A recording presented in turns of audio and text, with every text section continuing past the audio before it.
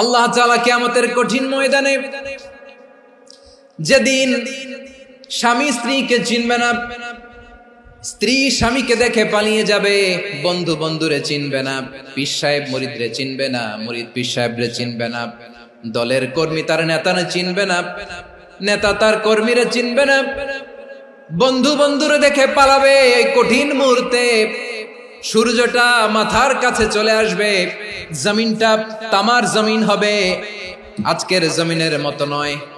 মানুষ ঘর্মাক্ত, ক্লান্ত, শ্রান্ত মাথার মগজগুলো কানের ছিদ্র আর নাকের ছিদ্র দিয়ে বেয়ে বেয়ে পড়বে। বিশ্বনবী ফরমান, কিয়ামতের ওই কঠিন ময়দানে 7 শ্রেণীর ব্যক্তিকে রব্বুল আলামিন তার আরশের নিচে ছায়া দিবেন। তার মধ্যে প্রথম শ্রেণীর ব্যক্তি হলো ইমামুন আদিল, যে ইনসাফের সাথে বিচার করে, যে জাস্টিস সমাজে সার্ভ করে, যে সুশাসন নিশ্চিত করে, ওই ইমামুন আদিল। আদিল শব্দটা বুঝছেন না? ইন্নাল্লাহা ইয়া'মুরু বিল আদল, পাইছেন? আদিল।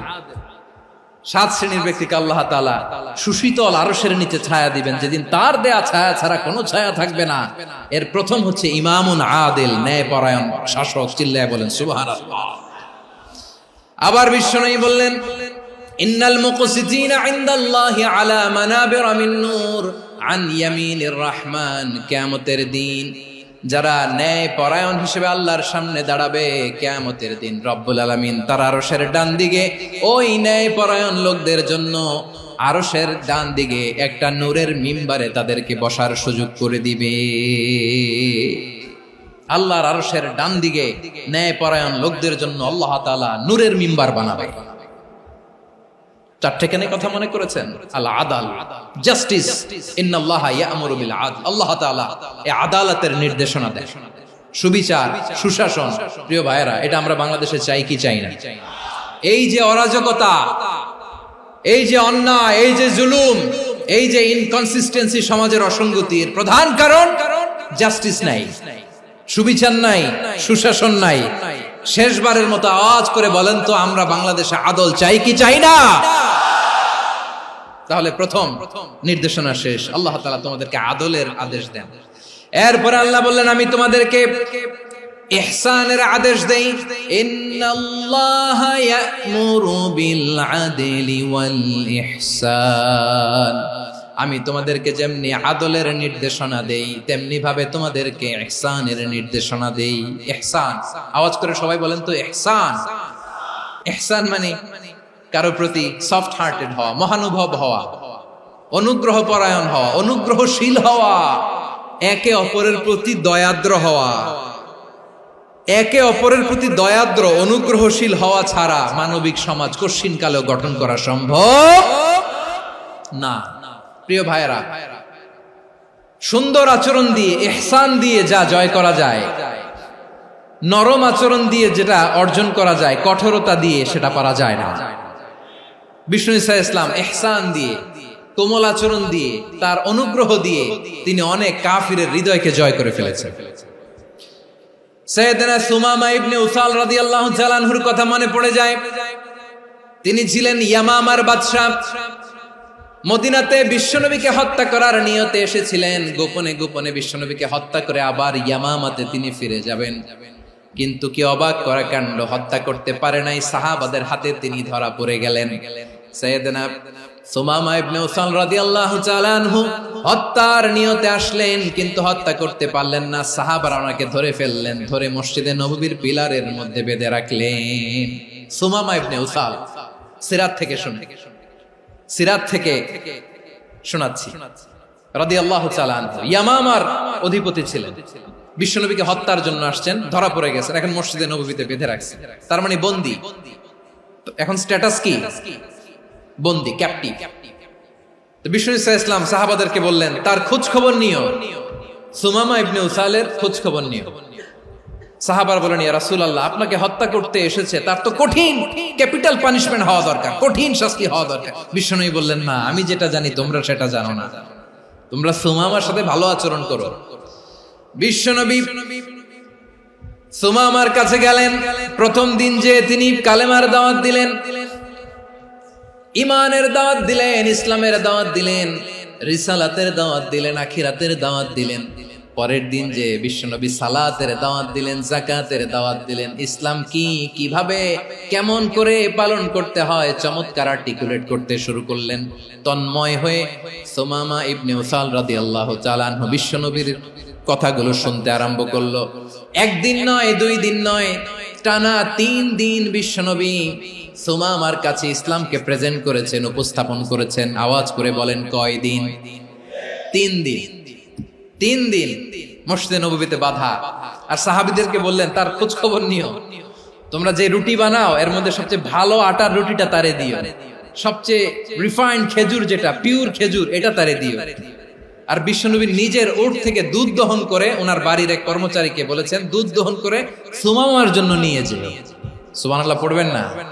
সবাই তো অবাক, ইয়ামামা থেকে আসছে নবীকে হত্যা করতে, বিশ্বনবী দেখে তারে জামাই আদর করে।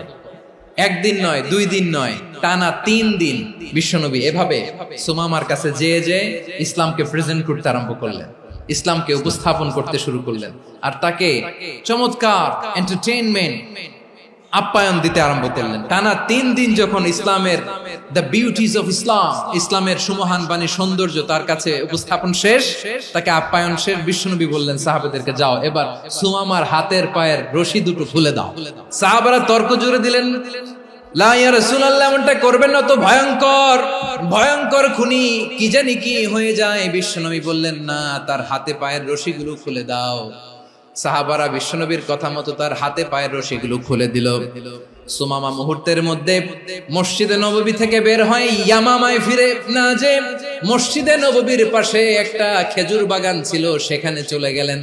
সেখানে একটা ছোট্ট কুয়া ছিল, কুয়ার পানি দিয়ে তিনি গোসল করলেন। সুবহানাল্লাহ পড়েন। কুয়ার পানি দিয়ে গোসল করে মসজিদে নববীর সামনে এসে বিশ্বনবী এবং সাহাবাদের সামনে দাঁড়িয়ে সাব্বাবা উঁচু করে বললেন, আশহাদু আল্লা ইলাহা ইল্লাল্লাহ ওয়া আশহাদু আন্না মুহাম্মাদান আবদুহু ওয়া রাসূলুহু। আমি সাক্ষ্য দিচ্ছি আল্লাহ ছাড়া কোনো ইলাহ নাই, আর মুহাম্মদ আল্লাহ তাআলার প্রেরিত বান্দা এবং রাসূল। প্রিয় ভাইয়েরা, ইহসান দিয়ে যা জয় করা যায়, কঠোরতা দিয়ে সেটা কঠিনকালেও জয় করা যায় না। আওয়াজ করে বলেন, ঠিক কি না? এবার সুমামা দাঁড়িয়ে বলে, ওগো নবী, আমি তো কালিমা পড়ে মুসলমান হয়ে গেলাম, এবার শোনেন, এই মুহূর্তের আগে আপনার চেহারার চাইতে নিকৃষ্ট কোনো চেহারা আমার কাছে ছিল না, কিন্তু শাহাদা পাঠ করার পরে আপনার চেহারার চাইতে উত্তম শ্রেষ্ঠ কোনো চেহারা আমার কাছে আর নাই। ও নবী, আজকের দিনের আগে ইসলাম ধর্মের চেয়ে নিকৃষ্ট অপছন্দনীয় কোনো ধর্ম আমার কাছে ছিল না, কিন্তু এই মুহূর্ত থেকে ইসলামের চেয়ে সেরা শ্রেষ্ঠ পছন্দনীয় কোনো ধর্ম আমার কাছে নাই। নবী গো, আজকের দিনের আগে মদিনার চাইতে অপছন্দনীয় নিকৃষ্ট কোনো শহর আমার কাছে ছিল না, কিন্তু এই মুহূর্তের পর থেকে মদিনার চাইতে কোনো শ্রেষ্ঠ শহর আমার জানা নাই। সে ছিল গমের বড় ডিলার, গম বেচতো। কি বেচতো? তার গম কিনে মক্কার লোকেরা রুটি খাইতো। সে ঘোষণা দিল, আজকে থেকে মক্কাবাসীদের জন্য সব গম আমি হারাম করে দিলাম, মক্কাবাসী এখন না খেয়ে মরে। সুবহানাল্লাহ পড়বেন না? মক্কাবাসী বিশ্বনবীর কাছে আসলেন, এসে বললেন, মুহাম্মদ, আমরা তো তোমার ভাই, তোমার চাচা, তোমার ভাতিজা, তোমার আত্মীয়, তুমি সুমামারে বলো সে যেন আবার গমের সাপ্লাই মক্কার জন্য অনুমতি দিয়ে দেয়। বিশ্বনবীর অনুমতি ক্রমে সুমামা আবার মক্কাতে গম পাঠাতে শুরু করলো। পড়েন সুবহানাল্লাহ। ইহসান, ইহসান দিয়ে আপনি যেটা জয় করতে পারবেন, you can win the heart of your enemies. ইহসান দিয়ে আপনি আপনার শত্রুর হৃদয়কে জয় করতে পারবেন। এজন্য আল্লাহ বললেন, ওয়া আনফিকু ফি সাবিলিল্লাহি ওয়া লা তুলকু বিআইদিকুম ইলাত তাহলুকা ওয়া আহসিনু ইন্নাল্লাহা ইউহিব্বুল মুহসিনিন। তোমরা আল্লাহর রাস্তায় দান করবে আর নিজেরা নিজেদেরকে ধ্বংসের হাতে ঠেলে দিও না। তোমরা একে অপরের প্রতি ইহসান করবে, কারণ ইহসানকারীদেরকে আল্লাহ বড় ভালোবাসেন। সুবহানাল্লাহ পড়েন।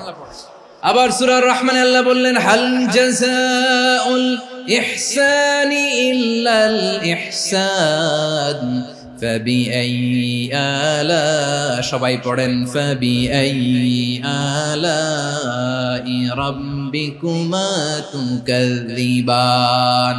ইহসানের প্রতিদান হিসেবে ইহসানি হয়।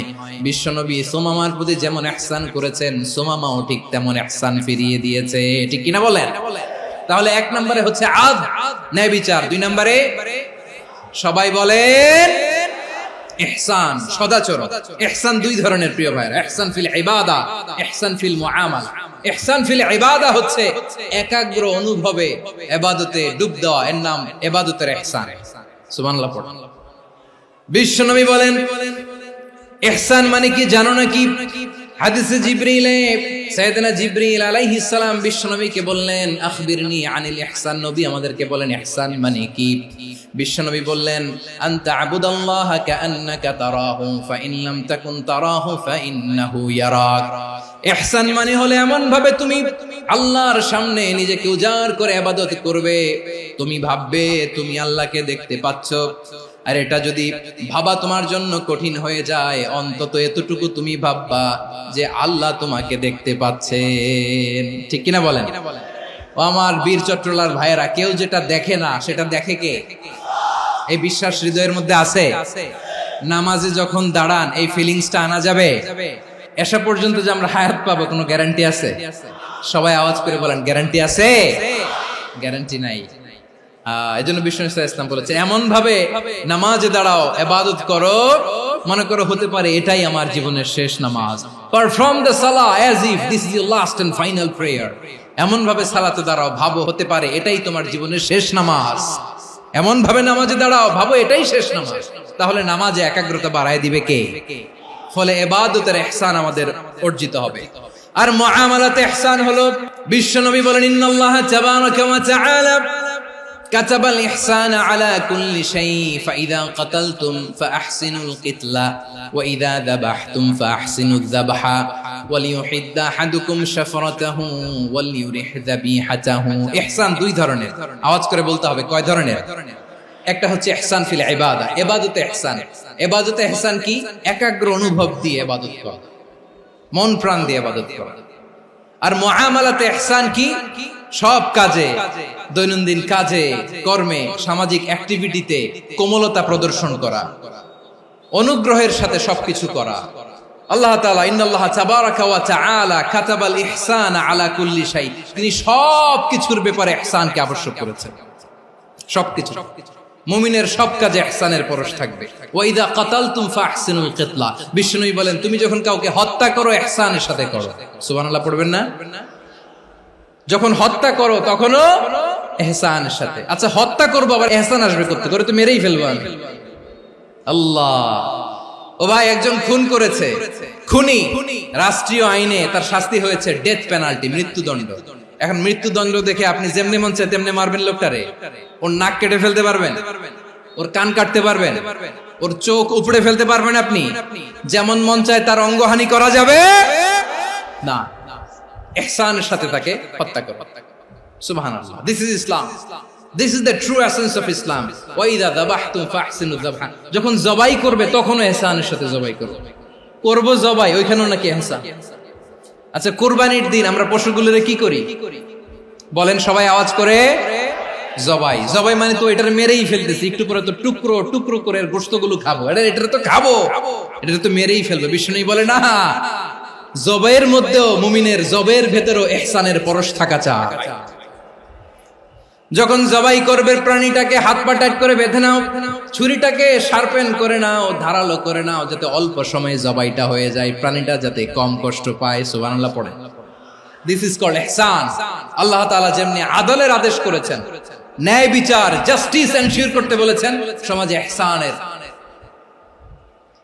ব্যবহার, ইহসানের অনুশীলন তিনি করতে বলেছেন। এজন্য মুমিনের প্রতিটি কাজে, আমার চট্টগ্রামের ভাইয়েরা আমার দিকে তাকান, খেয়াল করে শুনুন, মুমিন জীবনের প্রতিটি কাজে ইহসানের পরশ থাকা চাই। আমরা যেন আমাদের পরিবারের প্রতি ইহসান করি, আমরা যেন আমাদের কর্মচারীদের প্রতি ইহসান করি, আমরা যেন আমাদের কলিগদের প্রতি ইহসান করি, আমরা যেন আমাদের ভাইদের প্রতি ইহসান করি। মুমিন জীবনের প্রতি কাজে ইহসানের পরশ থাকার দরকার আছে না নাই? কথা বুঝতে পেরেছেন? তাহলে আল্লাহ তাআলার তিনটা আদেশ ছিল, কয়টা গেল? প্রথমে কি ছিল? আদল। 2 নম্বরে, 3 নম্বরে রব্বুল আলামিন বললেন ওয়া ইতাইদিল কুরবা, নিকটাত্মীয়দেরকে দান করো। নিকট আত্মীয়দেরকে দাও, যারা তোমাদের ব্লাড কানেকশনের আত্মীয় তাদেরকে তোমরা দাও। এখানে জেনারেলি বললেন দাও, কি দিব সেটা তিনি এখানে বলেন নাই, সেটা তিনি সূরাতুল ইসরার মধ্যে বলেছেন। আল্লাহ বলেন ওয়া আতিযাল কুরবা হাক্কাহ, নিকট আত্মীয়দেরকে তাদের অধিকার, তাদের প্রাপ্য তোমরা বুঝিয়ে দাও। দেখেন, একটা শান্তির সমাজ, একটা সমৃদ্ধ সমাজ, একটা মানবিক সমাজ গঠনের জন্য আল্লাহ তাআলা বেশি না, মাত্র 3টা অর্ডার, 3টা ভার্ডিক্ট তিনি জারি করেছেন। 1 নাম্বার সুশাসন, ন্যায় বিচার। 2 নাম্বার ইহসান। 3 নাম্বার নিকটাত্মীয়, যারা কাছের, তোমার ভেরি ক্লোজ রিলেশনশিপে আছে, তাদেরকে দাও। দাও, দিলে বাড়িয়ে দেয় কে? অনেকে দিতে চায় না, কৃপণতা করে। দিলে বাড়ায় দেয় কে? ও মিয়া, মদিনার মধ্যে সবচাইতে গরিব সাহাবী ছিল বেলাল রাদিয়াল্লাহু তাআলা আনহু। ওনার এন্টায়ার অ্যাসেট, সম্পদের পরিমাণ কতদূর জানেন? একটা লুঙ্গি। বেলাল রাদিয়াল্লাহু তাআলা আনহু, ওনার টোটাল ওয়েলথের এস্টিমেশন হচ্ছে মাত্র একটা লুঙ্গি। একটা লুঙ্গি, টোটাল ওয়েলথ এস্টিমেশন, টোটাল সম্পদের পরিমাণ বেলাল রাদিয়াল্লাহু তাআলা আনহুর কি ছিল? ওই বেলাল রাদিয়াল্লাহু তাআলা আনহুকে বিষ্ণু ইসলাম বলেছেন আনফিক ইয়া বেলাল, ও বেলাল তুমিও দাও। ওয়ালা তাখশা মিন যিল আরশি ইখলালা, আরশের অধিপতির তো কোনো ঘাটতি নাই, তুমি দিলে ওই আল্লাহ তোমারে বাড়ায় দিবে। এজন্য আমার প্রিয় ভাইয়েরা, দিলে কমে না, দিলে বাড়ে। অনেকে ধরে রাখে, নতুন কিছু নিতে পারে না, হাত দিয়ে যেটা ধরে রেখেছেন এটা দিয়ে দেন, বড় একটা ধরার সুযোগ পাবেন। জোরে বলেন ঠিক কিনা? রব্বুল আলামিন বললেন 3 নাম্বার আদেশ হলো তোমাদের প্রতি সমাজটারে কেমন করে মানবিক সমাজ, সুন্দর সমাজ গড়বা। 3 নাম্বার আদেশ হলো ওয়া আতিদাল কুরবা হাক্কা, নিকটাত্মীয়দেরকে তাদের প্রাপ্য বুঝিয়ে দাও। এই নিকটাত্মীয়দেরকে তাদের অধিকার বুঝিয়ে দেওয়া, প্রাপ্য বুঝিয়ে দেওয়াতে আমাদের গাফলতি আছে না নাই? অনেকে দেখবেন অনেক আল্লাহওয়ালা, তাহাজ্জুদ গুজার, সেজদা দিতে দিতে কপালে কালো দাগ ফেলে দিছে, সে তার বোনের হকটা আদায় করে নাই, আছে না নাই? অনেক বড় হাজী সাহেব, বিশাল লম্বা দাড়ি, ছেলেরে সব দিয়ে দিছে, মেয়েরে কিছু দেয় নাই, মেয়ের হক আদায় করে নাই, আছে না নাই? এই হাজী সাহেবেরা, এই আল্লাহওয়ালারা কিয়ামতের ময়দানে আটকে যাবে। আপনি অন্যের অধিকার নষ্ট করেছেন, তাদের রাইটস কে ভায়োলেট করেছেন। এজন্য আল্লাহ তাআলা বলেন, কারো অধিকার যদি কেউ নষ্ট করে, ওই সমাজটা মানবিক সমাজ কঠিনকালেও হতে পারে না। এজন্য 3 নম্বর আল্লাহ বললেন ওয়া ইতাইদিল কুরবা, নিকটাত্মীয়দেরকে দাও। কি দিবা? তাদের অধিকার দিয়ে দাও। বোনের অধিকার বুঝিয়ে দাও, মেয়ের অধিকার বুঝিয়ে দাও, ফুফুর অধিকার বুঝিয়ে দাও। দেখবেন অনেক মায়েরা ছেলের পাতে মুরগির রান দেয়, মেয়ের পাতে দেয় মুরগির ঠ্যাং। তো মেয়ের কি মুরগির রান খেতে মনে যায় না? মনে যায় না? এমনটা করা যাবে না। নিকটাত্মীয়দেরকে অধিকার দিয়ে দাও, নিকটাত্মীয়ের সাথে সুসম্পর্ক রাখো। আদেশটা কার? এজন্য প্রিয় ভাইয়েরা, জীবনে যদি বারাকা অর্জন করতে চান, নিকটাত্মীয়দের সাথে সুসম্পর্ক রাখতে হবে, তাদের জন্য উপহার পাঠাতে হবে। বিশ্বনবী বলেন লা ইয়াদখুলুল জান্নাতা কাতে, যে ব্যক্তি আত্মীয়তার সম্পর্ককে ছিন্ন করে দেয়, সে কঠিন কালেও আল্লাহর জান্নাতে ঢুকবে না। আপনি কি এটারে সহজ হাদিস মনে করছেন? এটা সহজ কথা? আপনি ভাবছেন আপনার নামাজ আপনারে বাঁচাতে পারবে, আপনার রোজা বাঁচাতে পারবে, আপনার তাহাজ্জুদ আপনারে বাঁচাতে পারবে? অধিকার নষ্ট করলে কিছুই আপনারে বাঁচাতে পারবে না। এজন্য নিকট আত্মীয়দেরকে দিতে হবে বেশি বেশি। বিশ্বনবী বলেন ইন্না সাদাকাতা আলাল মিসকিনি সাদাকা ওয়া আলা যির রাহিমি ইসনাতান সাদাকাতুন ওয়া সিলা। মিসকিন রে দান করলে শুধু দানের সওয়াব হয়, নিকট আত্মীয়কে দান করলে 2টার সওয়াব হয়, সাদাকার সওয়াব হয়, আবার আত্মীয়তার বন্ধন অটুট রাখার সওয়াব হয়ে যায়। আবার বিশ্বনবী বললেন মান সাররাহু আইয়ুবসাতা লাহু ফি রিজকিহি ওয়া ইনসালাহু ফি আসারিহি ফালইয়াসিল রাহিমা। যে ব্যক্তি তার রিজিকের প্রশস্ততা চায় আর হায়াতে বরকত চায়, সে যেন তার আত্মীয়ের সাথে সুসম্পর্ক রাখে। আমার প্রিয় চট্টলার ভাইয়েরা, আমাদের রিজিক বাড়ুক, এটা আমরা চাই কি চাই না? সবাই চান? হ্যাঁ, আমাদের রিজিকে প্রশস্ততা আসুক, চাই কি চাই না? আমাদের হায়াতে বরকত আসুক, আমরা চাই কি চাই না? এই দুইটা যদি চান তাহলে নিকটাত্মীয়দের সাথে সুসম্পর্ক রাখবেন। পারবেন? তাহলে সমাজটারে মানবিক সমাজ বানায় দিবে কে? তিনটা আদেশ চলে গেল। 1 নম্বরে কি ছিল? 2 নম্বরে, 3 নম্বরে নিকটাত্মীয়দেরকে দান। আল্লাহ তাআলা তিনটা জিনিসের যেমনি আদেশ করেছেন, অনুরূপ ভাবে তিনটা বিষয় তিনি বারণ করেছেন, নিষেধ করেছেন, ওগুলোর কাছেও যাওয়া যাবে। রাব্বুল আলামিন বলেন, ওয়ায়ানহা আনিল ফাহশাই ওয়াল মুনকারি ওয়াল বাগি। আমি যেমনি তিনটি বিষয়ে আদেশ করলাম, অনুরূপ ভাবে তিনটি বিষয়ে বারণ করলাম, নিষেধ করলাম। আমার 1 নাম্বার নিষেধাজ্ঞা হলো অশ্লীলতার প্রতি। ফাহশা, ওয়ায়ানহা আনিল ফাহশা, আল্লাহ তাআলা অশ্লীলতাকে নিষেধ করেছেন। কোন জিনিসকে? সবাই বলুন, কোন জিনিসকে? যত ধরনের, যত টাইপের, যত ক্যাটাগরির অশ্লীলতা হতে পারে সব অশ্লীলতাকে হারাম করেছেন কে? ফাহশা মানে কি? কথায়, কাজে, আচরণে, কমেন্ট, ফেসবুকের কমেন্টসে যত ধরনের নোংরামো আছে, যত ধরনের অশ্লীলতা আছে, এটাকে আরবিতে বলে ফাহশা। রাব্বুল আলামিন বলেন, কুল ইন্নামা حرم ربي الفواحش ما ظهر منها وما بطن। ও নবী, আপনি বলে দেন, আমার রব প্রকাশ্য, অপ্রকাশ্য, স্পষ্ট কিংবা অস্পষ্ট, দৃশ্যমান কিংবা অদৃশ্যমান সব অশ্লীলতাকে হারাম করেছেন। সব ধরনের অশ্লীলতা হারাম। আল্লাহ তাআলা আমাদেরকে অশ্লীলতা থেকে বাঁচান। এবার বলেন, আমাদের সমাজে অশ্লীলতা আছে না নাই? অশ্লীলতা নানা ভাবে, নানা নামে, নানা মোড়কে আমাদের সমাজে আছে না নাই? সংস্কৃতির নামে, ফ্যাশনের নামে, বিনোদনের নামে, উপন্যাসের নামে, কনসার্টের নামে অশ্লীলতা আছে না নাই? আপনি দেখেছেন কনসার্টগুলোর অবস্থা? আমাদের তরুণ তরুণীরা, আমাদের যুবক যুবতীরা, আমাদের জেনজিরা, কি অবস্থা ওইখানে? কনসার্টের নামে অশ্লীলতা আছে না নাই? ছেলে মেয়ে একে অপরকে জড়ায় ধরতেছে, একে অপরকে চুমু খাচ্ছে, প্রকাশ্যে, দিবালোকে, গণমানুষের সামনে। আল্লাহ তাআলা এই অশ্লীলতা থেকে আমাদেরকে বেঁচে থাকতে বলেছেন। রূপালী জগতের নামে অশ্লীলতা আছে না নাই? এই টার্মটা আপনারা জানেন না? রূপালী জগৎ কি জগৎ? আসলে কি রূপালী জগৎ না অন্ধকার জগৎ? আমার বোনেরা, আপনাদেরকে যে কি বলে তারা বুঝায়, রূপালী জগৎ শুনেই আপনি ভরকে যাবেন না। রূপালী জগতে যে নারী যত বেশি উলঙ্গ, সে নাকি তত বেশি সাহসী। জানেন?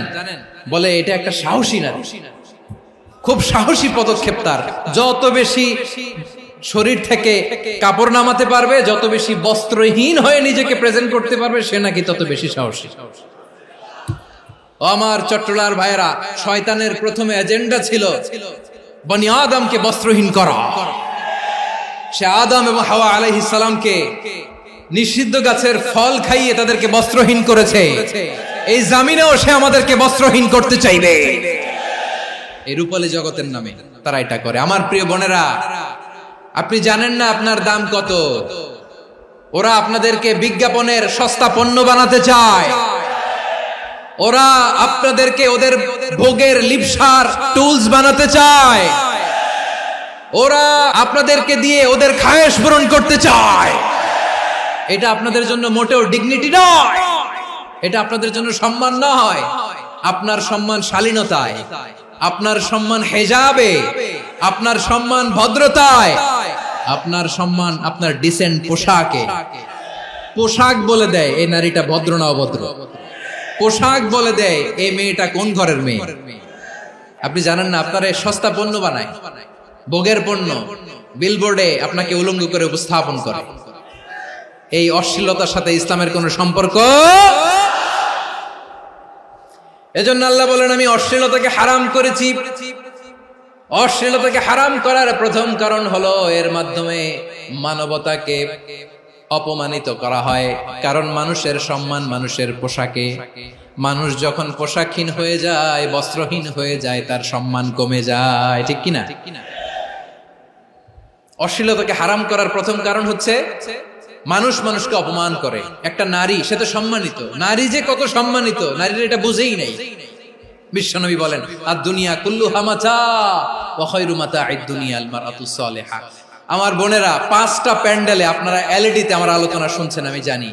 আপনাদের এই গর্ভ যে কত দামি আপনি জানেন না। আপনার পেট থেকেই আসবে আগামী দিনের সালাহুদ্দিন আল আইয়ুবী, আপনার পেট থেকেই আসবে অনাগত দিনের ইমাম মাহদী আল মুনতাযর, আপনার পেট থেকেই আসবে অনাগত দিনের ফয়সাল, ওয়াসিম, মুগ্ধ, আবু সাইদের মতো বীর যোদ্ধা। আমার প্রিয় বোনেরা, আমার প্রিয় বোনেরা, বিশ্বনবীর কথার ওজন খেয়াল করেন। আদ-দুনিয়া কুল্লুহা মাতা ওয়া খায়রু মাতা'আদ দুনিয়া আল মারআতুস সালিহা। দুনিয়ার সবকিছুই অ্যাসেট, এর মধ্যে সবচেয়ে দামি অ্যাসেট নেককার নারী। আপনার গর্ভ যে কত দামি আপনি জানেন না। নিজের সময়টাকে কাজে লাগান, কোরআন পড়েন, সুন্নাহ পড়েন। আপনার অনেক দায়িত্ব ঘরে। You are the MD of your family. একটা family it's a very big institution.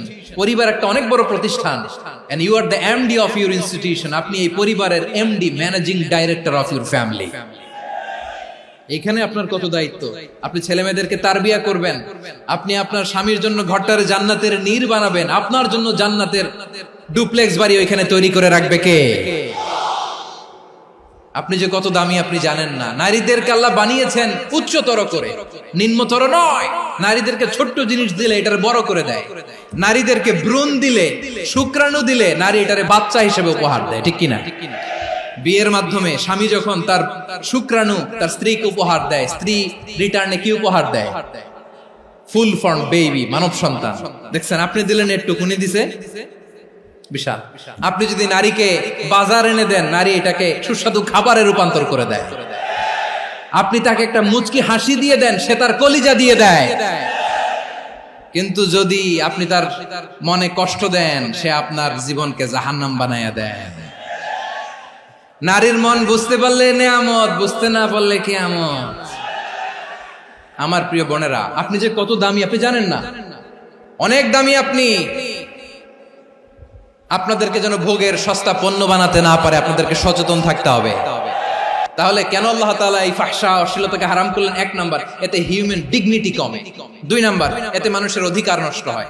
আপনি বিয়ে করেছেন, এরে পরকিয়া করেন, ওর সাথে এরকম আছে না নাই? স্ত্রীর অধিকার নষ্ট করেছেন। আপনি বিবাহ সম্পর্কে আবদ্ধ হয়েছেন তার সাথে, আপনি পরকিয়া করেন ওই ছেলের সাথে, আপনি আপনার হাজবেন্ডের সাথে বিট্রে করেছেন। এজন্য আল্লাহ অশ্লীলতাকে হারাম করেছেন। অশ্লীলতাকে হারাম করার আরেকটা কারণ হচ্ছে আল্লাহ তাআলা এই হিউম্যান জেনারেশনকে এটাকে প্রিজার্ভ করতে চায়। হিফজুন নাসল, এটা মাকাসিদুশ শরিয়ার অনেক গুরুত্বপূর্ণ একটা মাকাসিদ, অনেক গুরুত্বপূর্ণ। আপনার নাসল, আপনার জেনারেশনকে সংরক্ষণ করা। এই যে আসতেছে ফেব্রুয়ারি, কত ফেব্রুয়ারি জানো? এটা কি বিশ্ব ভালোবাসা দিবস? হ্যাঁ, কি দিবস? এই বিশ্ব ভালোবাসা দিবসের সাথে মুসলমানদের কোনো সম্পর্ক নাই। আমার প্রিয় ভাইরা, এই যে আপনি অবৈধ সম্পর্কে জড়ালেন, কেন আল্লাহ অশ্লীলতাকে হারাম করেছে দেখেন। বলতেছিলাম যে এটা আপনার নাসল, আপনার জেনারেশন, আপনার লিনিয়েজ, আপনার বংশকে প্রিজার্ভ করা। কে কার বাবা, কে কার মা, বাবা মা জানা, প্রজন্মকে প্রিজার্ভ করা, এটা ইসলাম ওয়াজিব করে দিয়েছে। এই যে অবৈধ সম্পর্কের কারণে, বিশ্ব বেহায়া দিবসের কারণে, এগুলোর আউটকাম, আউটপুট হিসেবে মাঝে মাঝে এই ঢাকা মেডিকেলের ডাস্টবিনে নবজাতকের বাচ্চার কান্নার আওয়াজ শুনতে পাওয়া যায়। চট্টগ্রাম মেডিকেলের ডাস্টবিনে নবজাতকের কান্না শুনতে পাওয়া যায়। বীর চট্টলার মুসলমানেরা বুঝতে পারলে আওয়াজ করে বলেন, এই যে চট্টগ্রাম মেডিকেলে যে নবজাতকটা পাওয়া গেল, ওর বাবাকে আমাকে বলেন, ওর মাকে, ও কোন ফ্যামিলির সন্তান কেউ জানে? আপনি হিউম্যান ডিগনিটিকে অপমান করেছেন না? আপনি তার ভবিষ্যৎকে অন্ধকার করেছেন না? আপনি তার লিনিয়েজকে প্রশ্নবিদ্ধ করে দিয়েছেন না? এই জন্য আল্লাহ তাআলা অশ্লীলতাকে আমাদের জন্য হারাম করে দিয়েছেন। পড়েন সুবহানাল্লাহ। এই জন্য রাব্বুল আলামিন বলেন, কুল ইন্নামা হারামা রাব্বিয়াল ফাওয়াহিশা মা যাহারা মিনহা ওয়া মা বাতান। প্রকাশ্য অপ্রকাশ্য সব অশ্লীলতাকে হারাম ঘোষণা করে দিয়েছে কে? আবার দুনিয়ার বুকে যারা অশ্লীলতার প্রসার করে তাদের জন্য শাস্তি মজুদ রেখেছে কে? রব্বুল আলামিন বলেন, ইন্নাল্লাযীনা ইউহিব্বুনা আন তাশিআল ফাহিশাতু ফিল্লাযীনা আমানু লাহুম আযাবুন আলীমুন ফিদ দুনিয়া ওয়াল আখিরাতি ওয়াল্লাহু ইয়ালামু ওয়া আনতুম লা তা'লামুন। নিশ্চয়ই যারা বিশ্বাসীদের মাঝে অশ্লীলতার প্রচার প্রসার করতে চায় তাদের জন্য আমি মর্মন্তুদ শাস্তি প্রস্তুত করে রেখেছি, দুনিয়াতেও রেখেছি, আখিরাতেও রেখেছি। ঘোষণাটা কার? যারাই নাটকের নামে, সিনেমার নামে, রূপালী জগতের নামে, মুভির নামে, ওটিটি প্ল্যাটফর্মের নামে আমার সমাজে অশ্লীলতা ছড়াতে চায় তাদের জন্য কঠিন মর্মন্তুদ শাস্তি মজুদ রেখে দিয়েছে কে? ও আমার বোনেরা, এখনো আপনি জাগবেন না? এখনো আপনার চিন্তার দুয়ারে এখনো নাড়া পড়ে নাই? ওরা আপনাকে উলঙ্গ বানাতে চায়, ওরা আপনাকে আইটেম গার্ল বানাতে চায়। এজন্য ইসলাম অশ্লীলতাকে হারাম করেছে। হারাম। ইসলাম বলেছে যোজন যোজন দূরে থাকো, ওরা বলে না কাছে আসো, কাছে আসার গল্প, ক্লোজ আপ ওয়ান, কাছে আসার গল্প আছে না নাই? তাহলে অশ্লীলতার সাথে আমাদের কোনো সম্পর্ক? সবাই বলতে পারেননি, আওয়াজ করে বলুন, অশ্লীলতার সাথে আমাদের কোনো সম্পর্ক? আমরা এই সমস্ত ক্লোজ আপ ওয়ান, কাছে আসার গল্পের প্রোগ্রামে যাব? আমরা কোন ধরনের অশ্লীল কন্টেন্ট সোশ্যাল মিডিয়ায়, টিভিতে দেখব? কি যুগ যে আমরা কাটাচ্ছি আপনি কল্পনা করতে পারবেন না। পর্ন ইন্ডাস্ট্রি, নারী পুরুষের বস্ত্রহীন যুগল দৃশ্য, এটাকে দিয়ে ওরা কোটি ডলারের ইন্ডাস্ট্রি বানিয়েছে। পুরো মানব ইতিহাসে এরকম জঘন্য সময় মানব ইতিহাস পার করে না। পর্ন এটা ইন্ডাস্ট্রি হয়ে গেছে। আমাদের এই যুবকগুলো, জেনজিগুলো, ওদের চরিত্র বাঁচাবে কি করে? কেমন করে হেফাজত করবে ওদের এই মূল্যবান চরিত্র? আমার প্রিয় ভাইরা, এই অশ্লীলতার দ্য লেটেস্ট ভার্সন হচ্ছে LGBTQ, শরীফ থেকে শরীফা। শুনছেন আপনারা? দেখতে পুরুষ, আসলেই পুরুষ, সুস্থ একজন পুরুষ, 4 সন্তানের বাবা, বলে আমি মনে মনে নারী। দেখতে নারী, সুস্থ নারী, আসলেই সে দিব্যি একজন নারী, বলে আমি মনে মনে পুরুষ। সবচেয়ে ভয়ঙ্কর অশ্লীলতার সবচাইতে লেটেস্ট ভার্সন হচ্ছে এই ট্রান্সজেন্ডারিজম। সুস্থ পুরুষ তার বায়োলজিক্যাল গ্রোথকে হরমোন দিয়ে স্টপ করে দিয়ে সে সার্জারি করে নারী হতে চায়, সুস্থ নারী পুরুষ হতে চায়। পুরুষ পুরুষের প্রতি সেক্সুয়ালি আকর্ষণ বোধ করে, এটা লূত আলাইহিস সালামের কওমের মধ্যে ছিল। এটাকে আল্লাহ কোরআনে ফাহিশা বলেছেন। ওয়ালুতান ইয قال لقومه أتأتون الفاحشة ما سبقكم بها من أحد من العالمين। লূত আলাইহিস সালাম বললেন, তোমরা কি এমন এক অশ্লীল কার্যক্রমে ডুব দিলে নাকি যেটা গোটা বিশ্বের কেউ কখনো করে নাই, তোমরাই প্রথম করেছো? পড়েন নাউযুবিল্লাহ। এই পশ্চিমের এই রোগ আমার দেশে যেন আসতে না পারে, আমাদের সজাগ থাকতে হবে। প্রিয় ভাইরা, চিল্লায় বলেন ঠিক কি না? পশ্চিমের অবস্থা ভয়ঙ্কর। পাশ্চাত্যে, আমি যুক্তরাষ্ট্রে ছিলাম অনেকদিন, কয়েক মাস, বিভিন্ন স্টেটে ঘুরেছি। গার্ডিয়ানরা উদ্বিগ্ন, ছেলে মেয়েদেরকে, ছোট্ট ছেলে মেয়ে, ওদেরকে জিজ্ঞেস করে, তুমি how do you feel right now inside yourself? তুমি ভিতরে ভিতরে কেমন ফিল করো? তোমার কি ছেলে ছেলে লাগে না মেয়ে মেয়ে লাগে? আচ্ছা বলেন, এই ছোট্ট বাচ্চাটাও কি এগুলো জেন্ডার অ্যাসাইনমেন্ট বলতে এগুলো কিছু বুঝে? এইভাবে মিসগাইড করা হচ্ছে। কৌতূহল বশত ছোট্ট ছেলে যদি বলে আমার তো মেয়ে মেয়ে লাগে, তখন বলে যে না তুমি মেয়ে, ছেলে না। মা বাবা বাধা দিলে ওকে আলাদা গভর্নমেন্ট হাউসে নিয়ে যায়। ভয়ঙ্করতম অবস্থা। আমরা একটা সময় শুনতাম যে হুজুর আমার ছেলেটা খুব ভালো, হাফেজে কোরআন, আল্লাহওয়ালা। হুজুর আমার ছেলে দাড়ি রাখছে, আল্লাহওয়ালা। হুজুর আমার ছেলে 5 ওয়াক্ত সালাত জামাতের সাথে পড়ে, তার মানে আল্লাহওয়ালা। পশ্চিমে যে আমি কি শুনছি জানেন? ওরা বলে হুজুর আমার ছেলেটা ইউনিভার্সিটির একটা মেয়ের সাথে প্রেম করে, ও খুব আল্লাহওয়ালা, হুজুর দোয়া করবেন। এর কারণ ওদের কাছে আল্লাহওয়ালার ক্রাইটেরিয়া হচ্ছে, হুজুর আমার ছেলেটা আরেক ছেলের পছন্দ করে নাই, আমার মেয়েটা আরেক মেয়েকে ভালোবাসে নাই, এজন্য আমার ছেলেটা আল্লাহওয়ালা, হুজুর ওর জন্য একটু দোয়া করে দিয়ে। কি চ্যালেঞ্জ ওরা ফেস করতেছে। ওনার ছেলে যে আরেক ছেলেরে বিয়ে করবে না, এটাতেই উনি খুশি যে আলহামদুলিল্লাহ আমার ছেলেটা একটা মেয়েরে ভালোবাসে, আমার মেয়েটা একটা ছেলেরে ভালোবাসে, মানে এটা খুব আল্লাহওয়ালা। নাউজুবিল্লাহ পড়তে পারলেন না? এজন্য অশ্লীলতার সাথে আমাদের কোন সম্পর্ক। রাব্বুল আলামিন বলেন ওয়ায়ানহা আনিল ফাহশাই ওয়াল মুনকারি ওয়াল বাগি, তিনটা জিনিসকে আমি নিষিদ্ধ করলাম। এক নাম্বার হলো ফাহশা, অশ্লীলতা। দুই নম্বরে হলো মুনকার, সমস্ত মন্দ কাজ। মুনকার মানে হচ্ছে যত মন্দ কাজ, খারাপ কাজ, বাজে কাজ, এটার বলে মুনকার। এটার কি বলে? আপনারা পড়ছেন না, তা'মুরুনা বিল মা'রুফি ওয়া তানহাউনা আনিল মুনকার। সৎ কাজের আদেশ, অসৎ কাজের নিষেধ। মুনকার, মুনকার হচ্ছে মানুষের স্বাভাবিক বিবেকবোধ যেটাকে খারাপ বলে, ওইটাই মুনকার। পৃথিবীর সব আসমানি গ্রন্থ যেটাকে খারাপ বলেছে, মানুষের স্বাভাবিক বিবেকবোধ যেটাকে খারাপ বলেছে, এগুলো সব মুনকার। যেমন ইফতিজিং, এটা কি ভালো না খারাপ?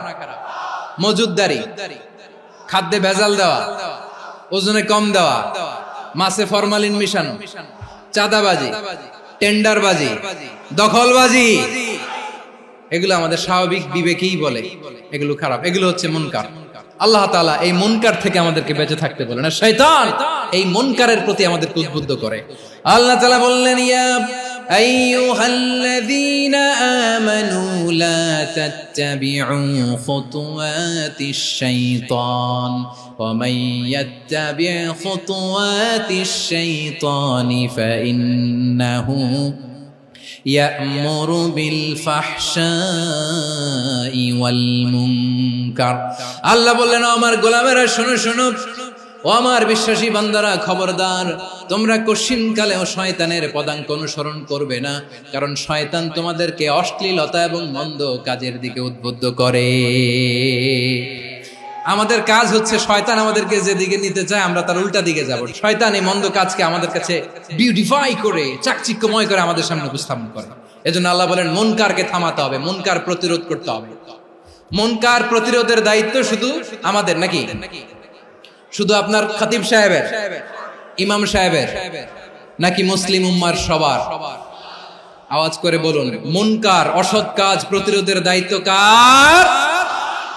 রাব্বুল আলামিন বলেন, কুনতুম খায়রা উম্মাতিন উখরিজাত লিন-নাসি তা'মুরুনা বিল মা'রুফি ওয়া তানহাউনা আনিল মুনকার। তোমাদেরকে শ্রেষ্ঠ জাতি করে জমিনের মধ্যে আবির্ভূত করা হয়েছে, যাতে করে তোমরা জমিনের ভেতরে সৎ কাজের আদেশ করতে পারো আর অসৎ কাজের নিষেধ করতে পারো। উম্মাহ, কুনতুম খায়রা, তাহলে গোটা উম্মার দায়িত্ব, এটা বুঝতে পারছেন তো? আচ্ছা, আরো নিচে আসেন। এরপরে আল্লাহ বললেন, শুধু উম্মাহ না, এই জমিনের রাজত্ব আমি যাদের হাতে দেই, এই জমিনের মালিক আমি যাদেরকে বানিয়ে দেই, যাদেরকে আমি সরকারের দায়িত্ব দেই, তাদেরকেও মুনকার প্রতিরোধের দায়িত্ব দিয়েছে কে? আল্লাহ বলেন, যারা ক্ষমতার মসনদে বসেছে তাদেরকে 4 দফা কর্মসূচি আমি আল্লাহ দিলাম। আওয়াজ করে বলেন, কয় দফা? আল্লাহ বলেন, আল্লাযীনা ইম্মাক্কান্নাহুম ফিল আরদি আকামুস সালাতা ওয়া আতাউয যাকাতা ওয়া আমারু বিল মা'রুফি ওয়া নাহাউ আনিল মুনকার ওয়ালিল্লাহি আকিবাতুল উমুর। যারা এই জমিনের উত্তরাধিকার হয়েছে তারা 4 দফা কর্মসূচি নিয়ে সামনে আগাবা। সালাত কায়েম করবা, যাকাত আদায় করবা, সৎ কাজের আদেশ দিবা, অসৎ কাজ থেকে মুনকার প্রতিরোধ করবা। আদেশটা কার? আমার প্রিয় চট্টলার ভাইরা, পুরো উম্মার দায়িত্ব মুনকার প্রতিরোধ করা, সরকার প্রধানের দায়িত্ব মুনকার প্রতিরোধ করা। এরপর আল্লাহ বলেন, প্রতিটা ফ্যামিলির যিনি প্রধান, সিইও, বাবা, প্রত্যেক বাবারও দায়িত্ব এই মুনকার প্রতিরোধ করা। আওয়াজ করে বলেন ঠিক কি না?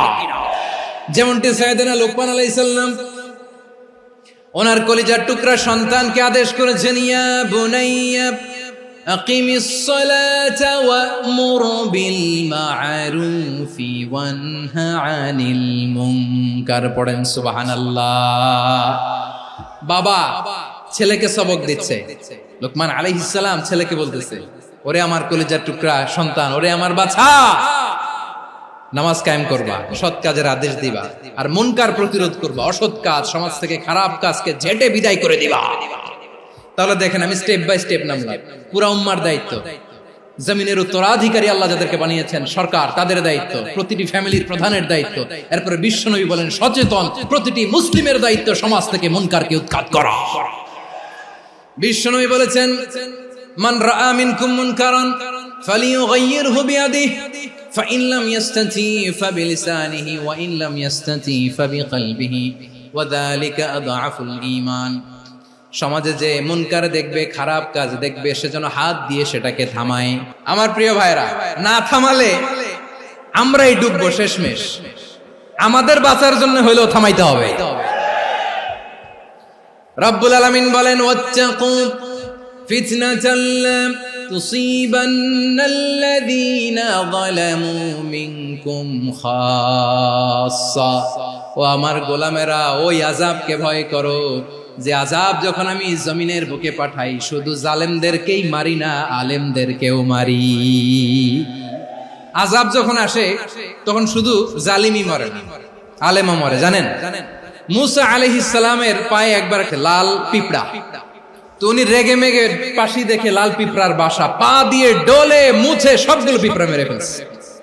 এই ঘটনাটা আল্লাহ ঘটিয়েছেন। এজন্য মুসা আলাইহিস সালাম ছিলেন কালিমুল্লাহ, সরাসরি আল্লাহর সাথে কথা বলতেন। তিনি আল্লাহকে জিজ্ঞেস করেছিলেন, আল্লাহ তুমি যখন কোন জনপদে আযাব পাঠাও, শাস্তি দাও, ওখানকার শুধু জালেমরাই তো মরে না, ভালো মানুষগুলাও মরে, তো আযাব দিবা মুশরিকদের উপর দিবা, অবাধ্যদের উপর দিবা, ভালো মানুষগুলোরে মারো কেন?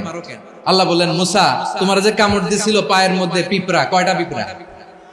একটা পিঁপড়া, তো সবগুলারে মারলা কেন? রেগে মেগে পুরো পিঁপড়ার বাসা ভেঙে মেসাকার করলা কেন? আমি যখন অ্যাকশনে যাই, আমি যখন শাস্তি দেই, তখন এত বাস বিচার করা হয় না, বাস বিচার করা যায় না। যখন অ্যাকশনে যাওয়া হয়, ওইটা ডাইরেক্ট অ্যাকশন হয়ে যায়। চিল্লায় বলো ঠিক কি না? এজন্য আমাদের বাঁচার জন্য হলেও এই পাপ থামাতে হবে, এই শয়তানের অট্টহাসি থামাতে হবে, অন্যায় অপরাধ সমাজ থেকে আমাদের থামাতে হবে। কারণ আযাব আসলে ওরাও মরবে, আমরাও মরব। একটা জাহাজ 2 তলা, আপনি আছেন 2য় তলায়। নিচের তলার কিছু লোক জাহাজের তলা ছিদ্র করতে আরম্ভ করছে। কি ছিদ্র করতেছে? আচ্ছা, জাহাজের তলা ছিদ্র করলে তলা দিয়ে কি ঢুকে? এখন আপনি যদি বলেন আমার কি, আমি তো 2 তলায়, আমি তো ভালো আছি, ওরা ছিদ্র করে ওরা মরবে। আসলে কি শুধু ওরা মরবে? তলা দিয়ে যখন পানি ঢুকবে, জাহাজ ডুবলে আপনিও মরবেন। এজন্য নিজে মরার আগে ওই পাগলগুলোর নিচতলায় যে থামাতে হবে। চিল্লায় বলেন ঠিক কি না? এজন্য আল্লাহ বললেন, মুনকার প্রতিরোধের দায়িত্ব সমাজের টপ টু বটম সবার। এজন্য মুনকার প্রতিরোধ করার দরকার আছে না নাই? সমাজে এই যে ইফটিজিং হয়, আপনার বোনের বয়সী একটা মেয়েকে কিছু বখাটে টিটকারি করে, এই বলে সেই বলে, নোংরা কথা বলে, রাস্তায় দেখেও আপনি পাশ দিয়ে না দেখার মতো চলে যান কেন? আপনি দাঁড়ান না কেন? আপনি দাঁড়ালেই তো থেমে যাবে, কারণ সত্যের যে শক্তি, তার সামনে মিথ্যা মুখ থুবড়ে পড়ে। আপনার সামনে ও কিছুই না, নাথিং। আপনি দাঁড়ান, ওকে প্রশ্ন করেন যে আমার বোনকে তুমি ডিস্টার্ব করো কেন? আপনাকে দেখে আরো 5 জন দাঁড়াবে, 5 জনকে দেখে আরো 10 জন দাঁড়াবে। আমাদের নীরবতা আর আমাদের